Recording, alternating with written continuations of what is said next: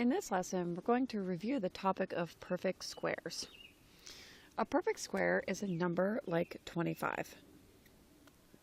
If we were to take the square root of 25, the answer of this would be 5. The way that we got that is because it's a perfect square, which means that if we take the answer and we multiply it by itself, the answer to that multiplication problem is going to be what is underneath the radical sign. So for another example, we have the square root of 9. 9 is a perfect square. The square root of 9 we know is equal to 3, because 3 times 3 is equal to what's underneath the radical sign. So there are a couple of ways to remember all of the perfect squares from 1 to 400. And the first technique is to memorize them, to make some flashcards and to study them.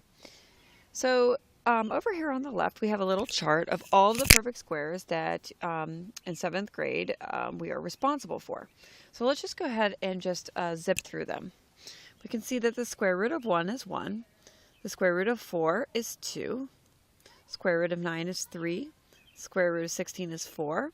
Square root of 25 is 5. Square root of 36 is 6. The square root of 49 is 7. And the square root of 64 is 8. The square root of 81 is 9, and then the square root of 100 is 10.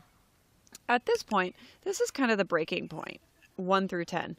At this point, they start getting a little bit more challenging. So I'm going to show you some tricks in just a moment. The square root of 121 is 11. The square root of 144 is 12. The square root of 169 is 13. The square root of 196 is 14. The square root of 225 is 15. Square root of 256 is 16. Square root of 289 is 17. Square root of 324 is 18. Square root of 361 is 19. And the square root of 400 is 20. So those are all of your perfect square factors. And so if you're a good memorizer, that's one technique that you can use. Now let me show you another technique that is kind of like a multiplication trick that I've learned in the past and I want to teach you. So a couple of these we just have to memorize. One's like 1 times 1 is 1, and 2 times 2 is 4, and 3 times 3 is 9, and so forth. And we probably have a lot of these. 1 to 10 are usually the ones that are a little bit easier. But let's go ahead and use this trick for higher numbers. So let's go ahead and look here at the bottom. We're going to use these for higher numbers. What about 14 times 14? What is 14 times 14?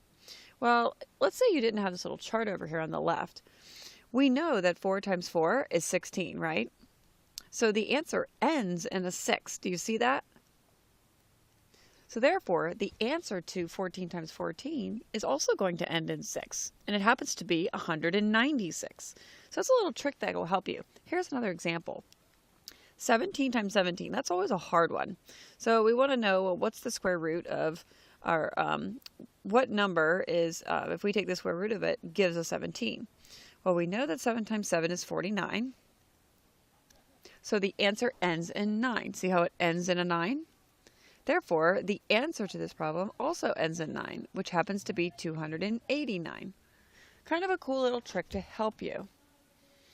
All right, the last little method I want to show you is estimating with these things called benchmarks. So the first thing we want to do is, there's a couple we just need to memorize. Like 10 times 10, which we talked about.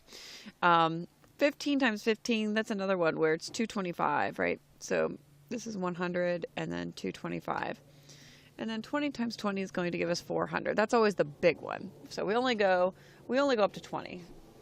Now, let's think about this. Do we know that the square root, what the square root of 324 is? Well, if we didn't have this little chart over here, it might be a little challenging. So let's go ahead and think about this. We know 324 is between 225 and 400. So the answer is either 16, 17, 18, or 19. The number is closer to 400 than it is 225. So it must be either 18 or 19. And I know that 8 times 8 is 64. And 324 ends in a 4, just like 64 does. So the answer is 18 times 18. So therefore, the square root of 324 is 18.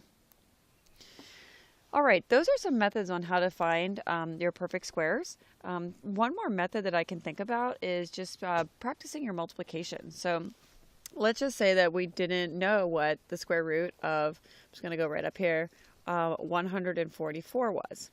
But we knew it was somewhere in the ballpark of like 11, 12, 13, 14. So you can always go ahead and test a number. If you go ahead and test 11, you can actually just practice the multiplication. Just say 11 times 11, and you can do the arithmetics. 1 times 1 is 1, and then 1, 1, 1. So that's going to be 121, which we see is too low. So therefore, we're going to bump it up 1. So if I bump it up to 12, we can do the multiplication. That's going to give us 144, which, bingo, we're right on. So you can always keep that in your back pocket just to do the multiplication by hand. Now, I do want to make a note that you will not have calculators on this section, so keep that in mind as you are practicing these problems.